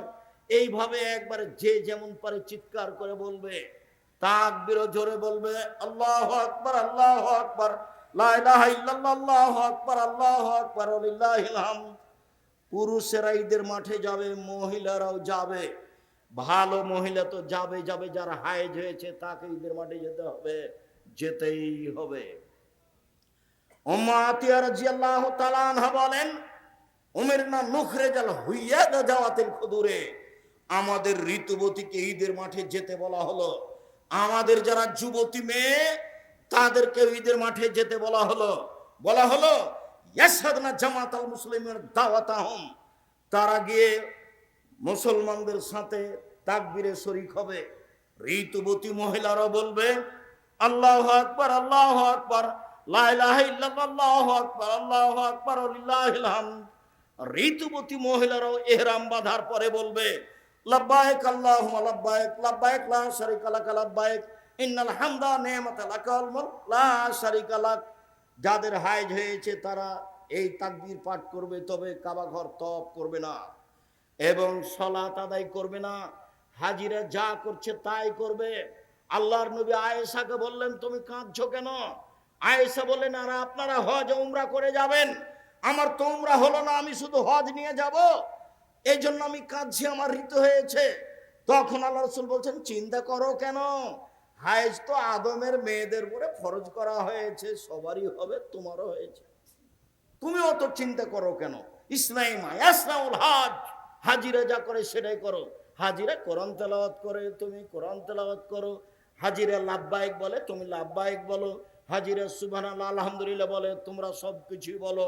সালাত আদায় করো না, তওয়াফ করো না। এই বিবরণ পেশ করে, বুখারী মুসলিমের বিবরণ পেশ করে বলা হয়েছে ঋতুবতী মহিলারাও কোরআন মাজিদ ধরে পড়বে। এ কথাই ঠিক। শতদিনের তদন্তে কথায় আছে, ওরা সালাত আদায় করতে পাবে না, ওরা তওয়াফ করতে পাবে না। ঋতুবতী মহিলা ঈদের মাঠে যাবে, যেতেই হবে। যখন জোরালো আদেশ দেওয়া হলো তখন একজন মহিলা বলল, এহদানা লাইসা লাহা জিলবাব। আমাদের কারো তো চাদর নাই, কেমনে যাবে? চাদর গায়ে দিয়ে যেতে হয়। উপস্থিত বৈঠকের মুসলিম বোন এমনি আছেন নাকি? বলছে, এই মেয়ে, এই মেয়ে, তোমার মাথায় কাপড় নাই কেন? শরম পাও না? তোমার বাপ নাই নাকি? তোমার লজ্জা হয় না কেন? তোমার শরম হয় না কেন? তোমার মা পাশে বসে আছে না? পাশে বসে আছে তোমার মা, তোমাকে দেখতে পায় না? তোমার মাথায় কাপড় নাই কেন? এ দেখো, এই দেখো, ঋতুবতী মহিলারাও যাবে মাথায় চাদর দিয়ে, গায়ে কাপড় দিয়ে। এ দেখো, তখন একজন মহিলা বলছে চাদর নাই যে। তখন আল্লাহ রসুল বলছেন লেতুল বেসা সাহেবাত মিন জিলবাবিহা, আর একজন বান্ধবীর চাদর নিয়ে যাবে, খালি মাথায় ল্যাংটা হয়ে হে হে করে চলে যাবে না, ঢং ঢং করে। এসেছে কোনো এইভাবে? উপস্থিত বৈঠকের দিনই বোন, আপনি কি আপনার দেবরের সাথে এসেছেন? আপনি একটু শরম পান না? আব্দুর রাজ্জাক বিন ইউসুফ এসেছেন, মা হলে চারটা জিনিস লাগে। উপস্থিত বৈঠকের মুসলিম বোন শুনেন, যেটা আমি সব সময় বলছি, মা হলে চারটা জিনিস লাগে। এক, যেটা জাবের বললেন, জাবের বলছেন যে আমরা এখন মদিনায় ঢুকবো রাদিয়াল্লাহু তাআলা। আল্লাহ রাসূল বলছেন, এই থামো থামো থামো, আমরা এখানে রাতে থাকবো, সকালে যাব। তো জাবের রাদিয়াল্লাহু তাআলা বলছেন, আমি নতুন বিবাহ করেছি, আমাকে বাড়ি যেতে দেন। তো আল্লাহ রসুল বলছেন, তুমি নতুন বিবাহ করেছো, কুমারী মেয়ে বিবাহ করেছো না তালাক প্রাপ্ত মেয়ে বিবাহ করেছো? তো জাবের বললেন, আমি তালাক প্রাপ্ত মেয়ে বিবাহ করেছি। তো আল্লাহ রসুল বললেন, তুমি কুমারী মেয়ে কেন বিবাহ করলে না? তুমি তার সাথে খেলতো, তোমার সাথে খেলতো। তখন জাবের রাদিয়াল্লাহু তাআলা বলছেন, আল্লাহ রসুল শোনেন, আমার একটা কথা শোনেন, আল্লাহ নবী, আমার বাপ উহুদের যুদ্ধে শহীদ হয়েছেন 9 জন মেয়ে রেখে, আমার 9টা বোন আছে। আমি আমার বোনদের সমবয়সের মেয়েকে আক্রাহন উজাব্বেজা মিসলাহুন না, ওদের সমবয়সের মেয়েকে আমি বিবাহ করা পছন্দ করিনি 4টা কারণে। আল্লাহ নবী শোনেন, আমার আব্বা উহুদের যুদ্ধে শহীদ হয়েছেন 9 জন মেয়ে রেখে, আমার 9টা বোন আছে, আমার বোনদের সমবয়সের কম বয়সের মেয়েকে আমি বিবাহ করিনি 4টা কারণে। এক, লে তুয়াল্লে মাহুন্না, আমার বউ যেন আমার বোনদেরকে বিদ্যা শিখাতে পারে, প্রথম বিদ্যা মাকেই শিখাতে হবে। এই জন্য পুরুষের সাথে সাথে মহিলা শাখাও খুলতে হবে, এ কথাই ঠিক। জামিয়া সালাফিয়া ডাঙ্গিপাড়া পবা রাজশাহীর মহিলা শাখার জন্য আলহামদুলিল্লাহ তানোর গোদাগাড়ির লোক জমি দিয়েছে 60 বিঘা। 33 শতকের বিঘায় কতখানি দিয়েছে? 60 বিঘা। তারা 100 বিঘার প্রজেক্টের প্রস্তাব দিয়েছে যে আমরা 100 বিঘা জমি এখানে করে দেব, মহিলা বিশ্ববিদ্যালয়ে মহিলাদের শিখাতেই হবে। রূপগঞ্জ নারায়ণগঞ্জে মহিলাদের শাখায় জমির পরিমাণ হলো 22 বিঘা। কতখানি? 22 বিঘা। ওই প্রতিষ্ঠান 51 বিঘা জমির ওপরে। সম্মানিত দিনী ভাই বোন, মহিলা শাখা দিনাজপুরেও আছে, মহিলা শাখা বরিশালেও আছে, মহিলা শাখা চট্টগ্রামেও শুরু হবে ইনশাআল্লাহ। সময়ের গতিতে চট্টগ্রাম, ময়মনসিংহ, নোয়াখালী, ফেনী, যশোর, কুষ্টিয়া এসব ডিস্ট্রিক্টে জমি রেডি আছে, সময়ের গতিতে প্রতিষ্ঠান চালু হবে ইনশাআল্লাহ। সম্মানিত দিনী ভাই বোন, কলমডাঙ্গা এলাকাবাসী, আপনাদেরকে মহিলা শাখা সুন্দরভাবে গড়ে তোলার চেষ্টা করতে হবে। আলেম ওলামাদের বেশি বেতন দিয়ে ভালো আলেম নিয়ে আসার চেষ্টা করতে হবে। রাজশাহী জামিয়া সালাফে এক একজন শিক্ষকের বেতন 60-70 হাজার করে, খাওয়া থাকা ভিন্ন, ওর পিছনে খাদেম ভিন্ন। মদিনে থেকে যারা এসেছেন তাদের বেতন লাগে না, তবে খাদেম লাগে, খাওয়া লাগে, বাবুর্চি লাগে, বাবুর্চি ভিন্ন, খাদেম ভিন্ন, অনেক পয়সা খরচ আছে তাদের পিছনে। আলহামদুলিল্লাহ খুব ভালো অবস্থায় জামিয়া সালাফে দেশে চলছে।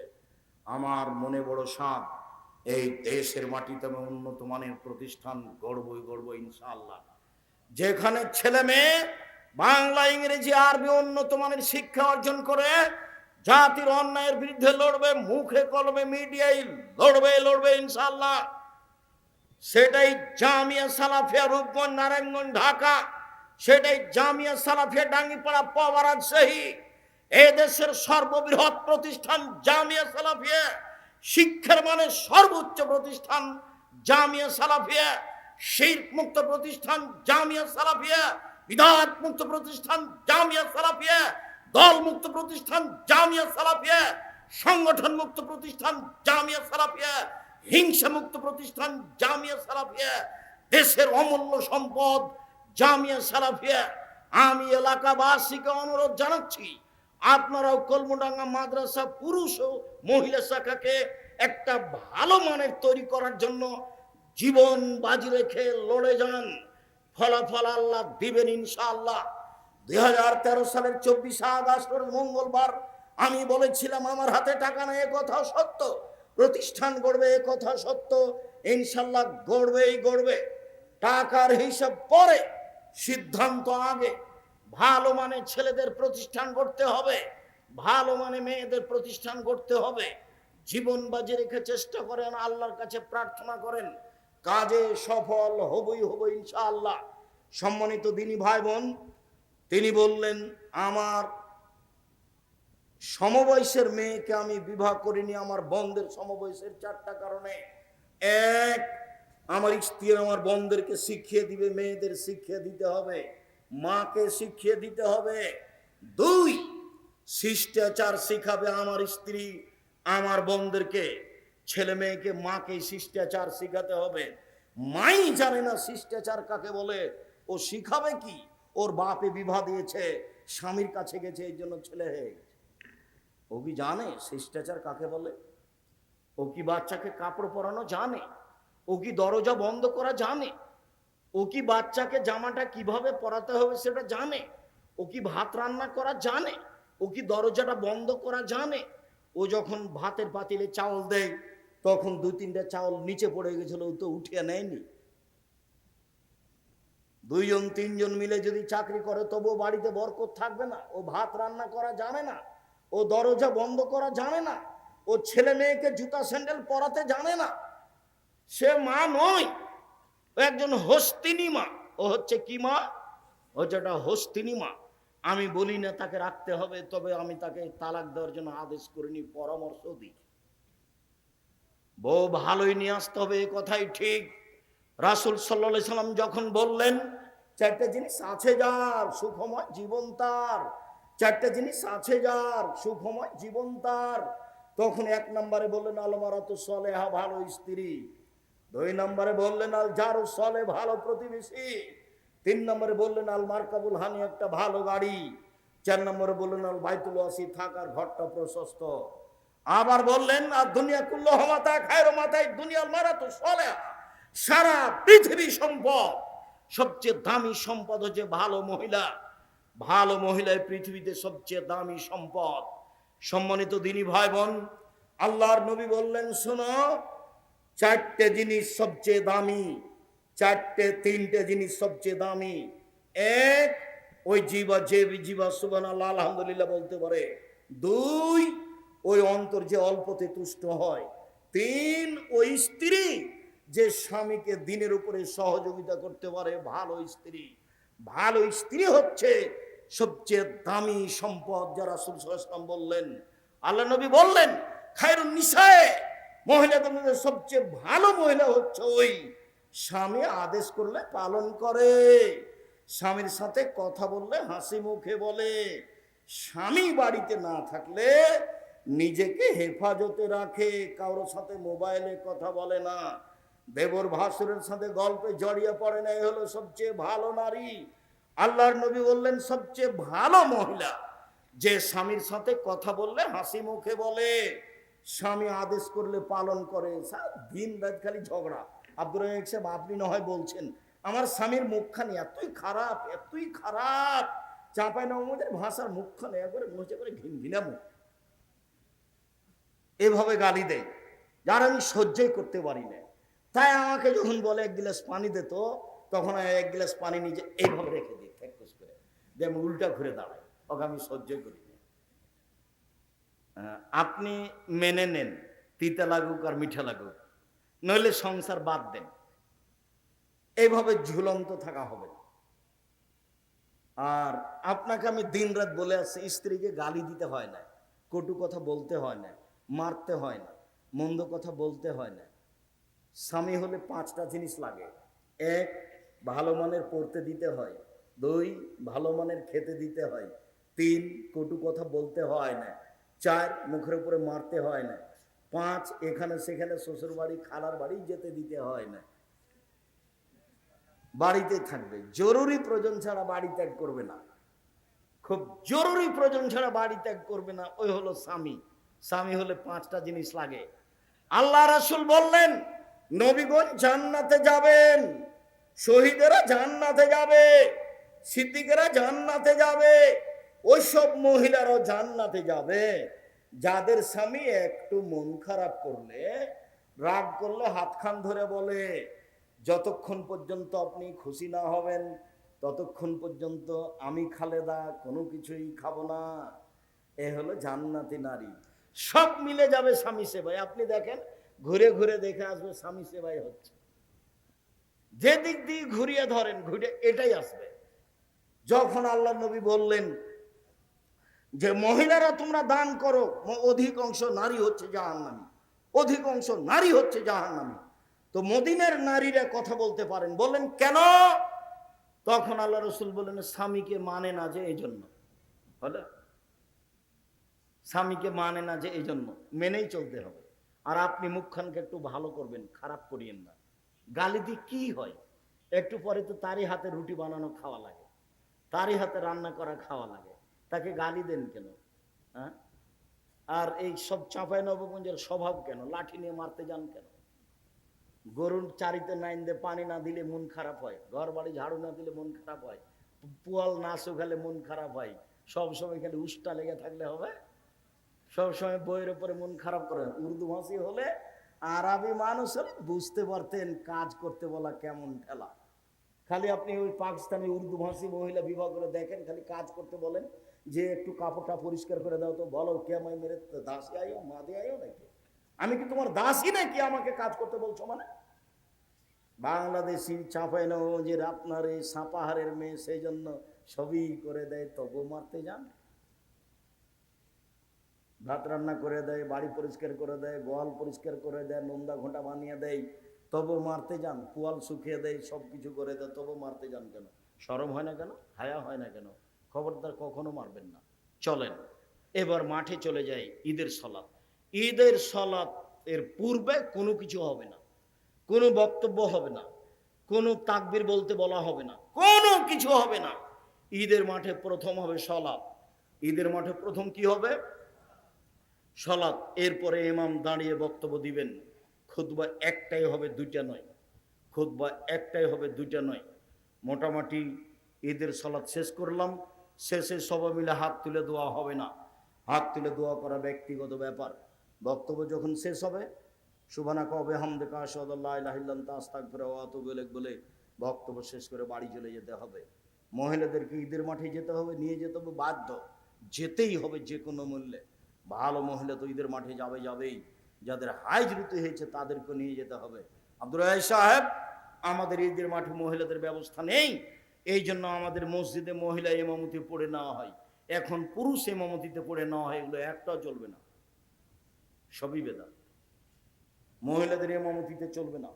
পুরুষের একজন ইমামতি দিয়ে কোনো একটা দুর্ঘটনা তো হতে পারে, সেটা নিয়মিত হবে, এটা কথা হলো? সেটা নিয়মিত হবে কেন? সম্মানিত দিনী ভাই বোন, আমি আজকের আলোচনার শেষের দিকে চলে আসলাম। তোমার অনেকগুলো জিজ্ঞাসা নাকি? আচ্ছা, সম্মানিত দিনী ভাই বোন, প্রতিষ্ঠান আপনাদের কলমডাঙ্গায় একটা ঐতিহ্যবাহী প্রতিষ্ঠান আগে থেকে এখনো হোক, এটা আমি আন্তরিকভাবে কামনা করি। মর্মে আপনাদের ছেলেরা আপনাদের কাছে আসছে, উঠে যাওয়ার সফলতা নয়। 10 টাকা হোক, 5 টাকা হোক, 50 টাকা হোক, 200 টাকা হোক, কেউ ফিরিয়ে দিবেন না। আমার দিকে দেখেন, আল ইয়াদুল উলিয়া, এই ছেলেরা যাও। আর ইয়াদুল উলিয়া খায়রুম মিন ইয়াদিস সুফলা। দেওয়া হাত ভালো নেওয়া হাতের চেয়ে, দেওয়া হাত ভালো নেওয়া হাতের চেয়ে। রাসূল সাল্লাল্লাহু আলাইহি সাল্লাম দেওয়া হাতকে পছন্দ করেন নেওয়া হাতের চেয়ে। সব সময় দেওয়া হাতখান রাখবেন। 200 টাকা রাস্তার জন্য রেখেছেন, 50টা 100 টাকা দিয়ে দিবেন। আর বের হয়ে 1 কেজি জিলাপি নিয়ে যাব সিদ্ধান্ত, এই ছেলে বসো, আগে এই ছেলেগুলো আসুক, তারপরে তোমার ব্যস্ততা বাড়লো কেন? ও, আর বই তো আছে আব্দুল্লাহর মিন্নাতুল বারী। আমরা নিজের ছেলের জন্য দোয়া করি, আব্দুল্লাহর জন্য দোয়া করি। বুখারীর ব্যতিক্রম ব্যাখ্যা, বাংলা ভাষায় বুখারীর ব্যতিক্রম ব্যাখ্যা দ্বিতীয় খণ্ড বের হয়েছে। তাদের প্রথম খণ্ড আছে, দ্বিতীয় খণ্ড আছে। আব্দুল্লাহর অন্যান্য যেগুলো বই আছে, বিশেষ করে সিলেবাস, একটু থামে নাই, ছেলে থামো, এই ছেলেগুলো যাক না, তুমি ব্যস্ত হয়ে গেলে কেন? ছেলেগুলো পার হোক, তারপরে তুমি উঠো। তুমি নিজের প্রতিষ্ঠানে এসেছো। আমি তো বলছি, আমি উঠতে বললে উঠবেন না কেন? নিজের প্রতিষ্ঠানের সম্মেলনে এসেছেন, আপনার ভালোবাসা আগে আর আমার ভালোবাসা আপনার পিছে। আপনি নিজের প্রতিষ্ঠানে এসেছেন, পরবর্তীতে যখন আসবেন এরকমই টাকা পয়সা সাথে নিয়ে আসবেন। 10 টাকা হোক, 50 টাকা হোক, 5000 টাকা হোক। আমাদের ছেলেরা যেন ফিরে না যায়, কম হোক বেশি হোক। সম্মানিত দিনী ভাই বোন, ও আল ইতিসাম পত্রিকা আছে, খুব গুরুত্বপূর্ণ। অন্তত 30 টাকা দিয়ে একটা পত্রিকা নিয়ে যাবেন, কেউ খালি হাতে যাবেন না। আর মহিলাদের জন্য আছে কেন এই নির্যাতন, কি তার প্রতিকার। আর আছে কেন হব অবরোধবাসিনী, বেগম রোকেয়া লিখেছে অবরোধবাসিনী, কেন হব অবরোধবাসিনী, এই বই আছে। দুয়ার বই আছে, কতটি হাত তুলে দোয়া আছে, কোথায় কোথায় হাত তুলে দোয়া করতে হবে। আর নামাজ শিক্ষা বই আছে। আর যেসব বই কথা বললাম এগুলো উপদেশ বই আছে। আদর্শ নারী, আদর্শ পরিবার, এইসব বই, সব বইগুলি সংগ্রহ করুন।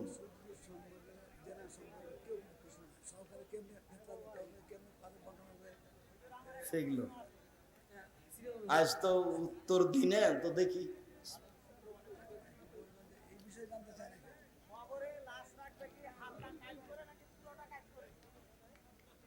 চলো পুরোটা কাট করে না, কবরস্থানে নতুন পুরাতন কবর আছে, সেখানে সেখানে মাদ্রাসা তৈরি। তো ওটা আপনারা লিখিত ফতো নেন, এলাকার লোক কি বুঝছে সেখানে মাদ্রাসা তৈরি করা না করা। যদি কবর সরিয়ে দিয়ে থাকে কোনো সমস্যা নেই। ইমাম সাহেবের জন্য বেতন তুলে ইমাম সাহেব কিছু দিয়ে মসজিদে রাখা যাবে কি? হ্যাঁ যাবে, আপনারাই টাকা উঠাবেন। ইমাম তো রাখতেই হবে, টাকা দিই তো রাখবেন। ওর এ নয় আহাল পরিবার, ছেলে মেয়ে নেই, ও ফ্রি থাকবে, খাবে। আসসালামু আলাইকুম জনাব, যদি কোনো ব্যক্তি নিয়মিত তাহাজ্জুদ সালাত পড়েন, তার জন্য সবচাইতে কোন সালাতটি উত্তম, তাহাজ্জুদ না তারাবি? তাহাজ্জুদ। পুরুষের চরিত্র রক্ষার জন্য নারীদের পর্দা করতে হয়, নারীর জন্য পুরুষের কেন পর্দা করতে হয় না? পুরুষকে আল্লাহ পর্দা করতে বলেছেন, চক্ষু নিচু রাখতে বলেছেন। অকুলিল মুমিনাত অকুলিল মুমিনিনা, মোমেন পুরুষ নারীকেও আল্লাহ চক্ষু নিচু করতে বলেছেন। ডিজিটাল প্রজেক্টরের মাধ্যমে মহিলাগণ ওয়াজ শ্রবণ করার পাশাপাশি বক্তাকে প্রত্যক্ষ করা বা দেখা কতটুকু শরীয়ত সম্মত? একবারে 100 সম্মত। একটু দলিল দিবেন? হ্যাঁ, এই ছেলেরা থামো তো, দলিল নাও তো। এই যে প্রজেক্টরের মাধ্যমে মহিলারা যে আমাদের দেখছে, তার প্রমাণ কি? প্রমাণ নাম্বার 1, যোদ্ধারা মসজিদে খেলাচ্ছে, যুদ্ধ শিখছে। দেখুন আয়েশা রাদিয়াল্লাহু তাআলা রাসূলের পিছন দিকে দাঁড়িয়ে ওদের খেলা দেখছে। ওরা কিন্তু আয়েশাকে দেখেনি, কিন্তু আয়েশা কোথায় দাঁড়িয়ে খেলা দেখছেন? রাসূলের পিছনে দাঁড়িয়ে, কাঁধের উপর দিয়ে। তো আয়েশা বলছেন, আল্লাহর নবী আমাকে কত ভালোবাসতেন, তিনি স্ত্রীদের কত ভালোবাসতেন। আমি তো কম বয়সের মেয়ে, খেলা দেখতে কত আগ্রহী। আপনারা তো বুঝছেন দুনিয়াবাসী, ঘন্টার ঘন্টা দাঁড়িয়ে আছে, আমাকে একবারও বলে না হয়েছে হয়েছে আর কতক্ষণ থাকবা, হয়েছে একবারও বলে না। আমি যতক্ষণ দেখতে থাকলাম ততক্ষণ তিনি দাঁড়িয়ে থাকলেন। 2, যখন জাফর রাদিয়াল্লাহু তাআলা এবং আব্দুল্লাহ ইবনে রাওহা যোদ্ধারা যখন শহীদ হয়ে আসলেন, মসজিদ আল্লাহ রাসূল বসলেন, আল্লাহ রাসূলকে এসে বলা হলো যে তারা খুব কান্নাকাটি করছে ছেলে মেয়েরা। তো যে এসে বললো কান্নাকাটি করছে, ওকে আল্লাহ রাসূল বলেন তুমি যাও না, ওদেরকে বাড়িতে ঠেকাও যেন কান্নাকাটি না করে। তো লোকটা আবার এসে বলছে সামলাতে পারি নে, তুই চিল্লাচিল করে কাঁদছে। তো আয়েশা রাদিয়াল্লাহু তাআলা বলছেন আমি দরজার একটা ফাঁকা দিয়ে ভাঙা জায়গাতে দেখছিলাম, ওই যে লোকটা এসে বারবার বলছে। তখন আমার মনটা খারাপ হলো, এই লোক, এই তোমাকে যেটা বলেছে সেটা শোনো না কেন? আয়েশা কিন্তু এটা জোরে বলছেন না, হাদিসে এসেছে, এই লোক তোমাকে যেটা বলেছে সেটা শোনো, ওদেরকে ঠেকাও। তুমি খালি বারবার এসে বলো কেন যে সামলাতে পারি না, সামলাতে পারি না। দুই, ওটা বুখারী এটা বুখারী, প্রজেক্টর জায়েজ করছি, বোঝা যায় না। তিন নম্বর হলো আব্দুল ইবনে মাকতুম ছিলেন অন্ধ মানুষ। তো এক মহিলার স্বামী মরে যাওয়ার পরে 4 মাস 10 দিন থাকার জায়গা ছিল না, কোথায় থাকবে? তো মহিলাকে বলেছিল যে তুমি ওই আব্দুল ইবনে মাকতুমের বাড়িতে থাকো, ও তো তোমাকে দেখে না, তুমি যেভাবেই থাকো না কেন। এই যে 4 মাস 10 দিন, শুনেন শুনেন, আমরা একটা হাদিস পড়েছিলাম যে আল্লাহর নবীর পাশে তার দুজন স্ত্রী বসেছিলেন, তখন আব্দুল ইবনে মাকতুম আসছেন। তো আল্লাহ রাসূল বলেন তোমরা সরো, তোমরা সরো, ওই যে আব্দুল ইবনে মাকতুম আসছে। আল্লাহ রাসূল ওরা যে আমাদের দেখতে পায় না। তো আরে ওরা দেখতে পায় না, তোমরা তো দেখতে পাচ্ছ। মানে হ্যাঁ আমরা তো দেখতে পাচ্ছি। এই হাদিস জয়ীফ, আমলযোগ্য নয়। আগের গুলো সব বুখারী মুসলিম, একাধিক হাদিস দ্বারা প্রমাণ, প্রজেক্টর জায়েজ, মহিলারা দেখতে পারে, পুরুষেরা নয়। না এখন না, তোমার কথা বলে, আপনি কথা বললে বেশি হয়। শেখ মরিদ ব্যক্তির নামে ইফতারের আয়োজন করা যাবে কি? জি না।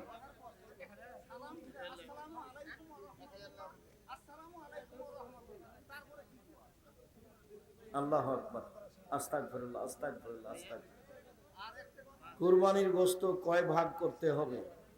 ভাগের কোনো সহি প্রমাণ নেই, 3 ভাগ করলে কোনো সমস্যা নেই। মৃত ব্যক্তির নামে কুরবানি হবে না, মৃত ব্যক্তির নামে ইফতার হবে না, মৃত ব্যক্তির নামে ইফতার হবে না, মৃত ব্যক্তির নামে কুরবানি হবে না। ঈদের সালাতের পরেও ফিতরা বিতরণ করতে পারে, আগেও করতে হবে, বিতরণটা সুবিধাই, উঠাতে হবে আগে না। হয়েছে হয়েছে হয়েছে। 4 রাকাত বিশিষ্ট সুন্নাত নামাজে কয়টা সূরা লাগবে? ফরজের মতো করে পড়বেন, আগের 2 রাকাতে অন্য মিলাবেন, পরের 2 রাকাতে মিলাবেন না। গাভীর কৃত্রিম প্রজনন করা যাবে কি? জি যাবে, কৃত্রিম ভাবে গাভীর বাচ্চা নেওয়া যাবে, কেননা ওর উপরে কোরআন হাদিসের বিধান নেই। গবাদি পশুর উন্নয়নের জন্য যেটা সহজ সেটা করবে মানুষ। অতএব মুরগির নিচে হাঁসের ডিম দিয়ে বাচ্চা উঠাবে, কোনো সমস্যা নেই। কোরআন হাদিসের বিধান মানুষের উপরে না, পশু প্রাণীর উপরে, মানুষের উপরে। কাজে এখানে ওখানে কোনো বিধান প্রযোজ্য করা যাবে না।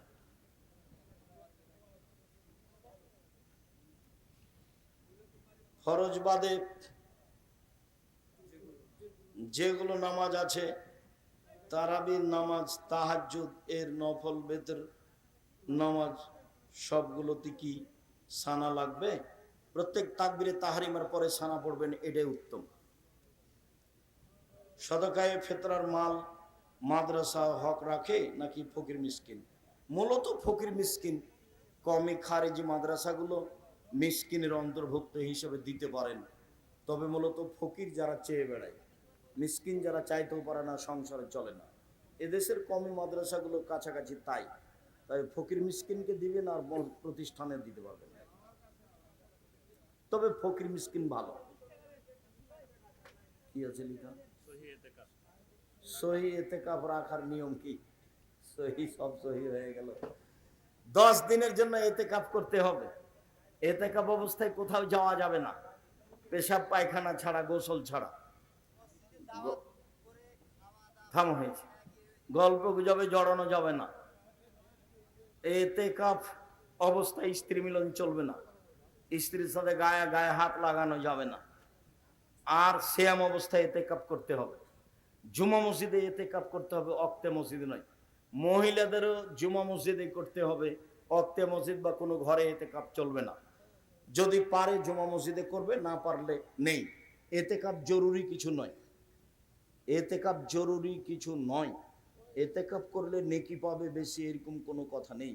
এতেকাফ মানে একটু বেশি বেশি ইবাদত করবে, তা একটা পদ্ধতি গ্রহণ করেছে। ফেতরার টাকা মাদ্রাসায়, ফেতরার টাকা দিয়ে মক্তবের শিক্ষকের বেতন, একই ব্যাপার। শেখ আমি একজন যুবক, আলহামদুলিল্লাহ আমি 5 ওয়াক্ত সালাত আদায় করার চেষ্টা করি। তবে আমার একটা সমস্যা, আমার মানসিক চিন্তা ভাবনা, মন খারাপ, হতাশা, দুশ্চিন্তা সব সময়। এখন আমার করণীয় কি? প্রথমত তুমি ফজরের সালাতের পরে, সকাল সন্ধ্যা মাগরিবের সালাতের পরে আল্লাহুম্মা আউযু বিকা মিনাল হাম্মি ওয়াল হুজনি ওয়াল আসজি ওয়াল কাসলি ওয়াল জুবনি ওয়াল বুখল ওয়া গালাবাতি দাইন ওয়া কাহরি রিজাল, এই দোয়া পড়ো।